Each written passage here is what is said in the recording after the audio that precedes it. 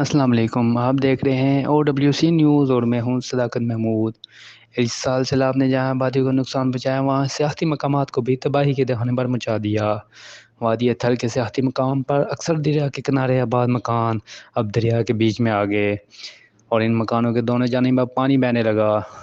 हमारे नुमाइंदे गुलाम मोहम्मद फ़ारूकी एक ऐसे घर के सामने खड़े हैं जो पहले सड़क के किनारे था, मगर अब दो दरियाओं के बीच में तबाही का मंजर पेश करता है, जहाँ जाने के लिए अब रास्ता भी नहीं बचा। इनसे मज़ीद मालूमात लेते हैं। जी गुलाम मोहम्मद फ़ारूकी। जी बिल्कुल, उस वक्त मैं खड़ा हूँ वादी कुमरान के हसीन वादी में। और मैंने अगर दिखा सके तो यहाँ पे मेरे बीच में पीछे जो घर है, ये घर दरिया के बीच में नहीं था, ये दरिया के किनारे आबाद था। और लोगों का कहना है कि ये जो दरिया है ये उस तरफ बहता था, मतलब इस घर से नीचे की तरफ। मगर जब 2010 में सैलाब आया था उससे भी नुकसान पहुँचा। जब 2022 में सैलाब आया था उसके बाद जो दूसरा सैलाब आया उससे तबाही मचाई, बड़े पैमाने पे इस इलाके को नुकसान पहुंचाया। और हुआ ये कि दरिया का डाइवर्ट हो गया इस तरफ, मतलब है कि नीचे की बजाय ऊपर की तरफ, मशरक़ से मगरिब की तरफ डाइवर्ट हो गया। और वो पर ये हुआ कि ये मकान अभी दरमियान में रह गया। मुकामी लोगों के सामने जो बातचीत कर ली तो यहाँ पर ज़्यादातर लोग कोहिस्तानी ज़ुबान बोलते हैं, तो उनका ये कहना था कि सरकार ने कमा कहू जो करना चाहिए था उतना नहीं किया।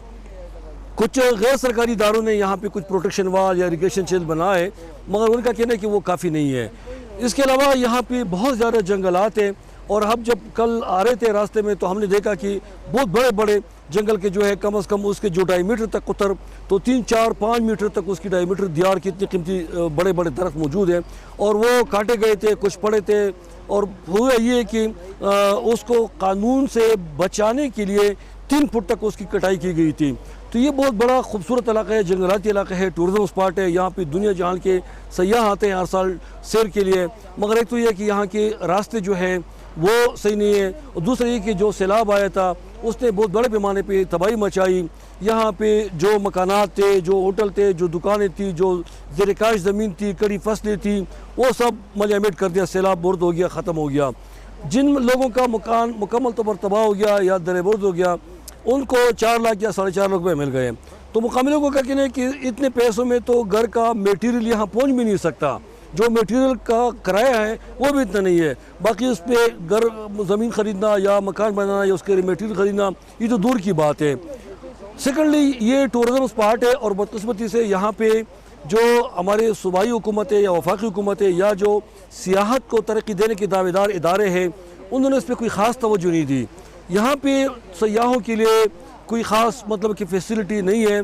ख़ासकर गैर मुल्की सयाह जब इधर आते हैं तो उनको काफ़ी मुश्किलात का सामना होते हैं। ठीक है, नाम के तो होटल बने हुए हैं, मगर यहाँ पे दीगर जो सहूलियात है वो काफ़ी मतलब है कि न होने के बराबर है। तो यहाँ की जो लोग हैं ये मुतालबा करते हैं कि ये जन्नत नज़ीर वादी कुमरान जो है, अगर इस पर हुकूमती इदारे तवज्जो दें, यहाँ के लोगों को बुनियादी हुकूक दें, यहाँ पे सड़कें बना दें और यहाँ पे मतलब है कि इन लोगों को सेहत की सहूलियात, तालीम की सहूलियात, पीने के पानी की सहूलियात ये फ़राहम कर लें और इंफ्रास्ट्रक्चर बेहतर करें, तो यहाँ पे न सिर्फ पाकिस्तान के कोने कोने से बल्कि पूरी दुनिया से सयाह आएंगे। और यहाँ पे जब सियाहत फ़रोग़ पाएगी तो सियाहत को तरक्की देने से ये पसमानदे इलाके भी तरक्की कर सकेंगे और उससे बहुत ज़्यादा रेवेन्यू कलेक्ट होगा और इस पसमानदा इलाके से गुर्बत, बेरोज़गारी का ख़ात्मा भी हो सकेगा। और ख़ासकर जो फ़ॉरेन टूरिस्ट आते हैं, इंटरनेशनल बैनुल-अक़वामी जो बाहर मुल्क से सयाह आते हैं, उनसे जो ज़र-ए-मुबादला हमारे मुल्क को आएगा तो उससे हमारे मुल्क का कर्ज़ भी उतर सकता है। मगर ज़रूरत इस अमर की है कि यहाँ पे हुकूमती इदारे इस इलाके पर तवज्जो दें, यहाँ पे मवासिलाती निज़ाम बेहतर करें और सयाहों के लिए और मकामी लोगों को अपने हुकूक दें और सयाहों के लिए सहूलियात फ़राहम करें, तो ये इलाका बहुत ज़्यादा तरक्की करेगा और उससे ये पसमानदा इलाका भी तरक्की कर सकेगा। जी।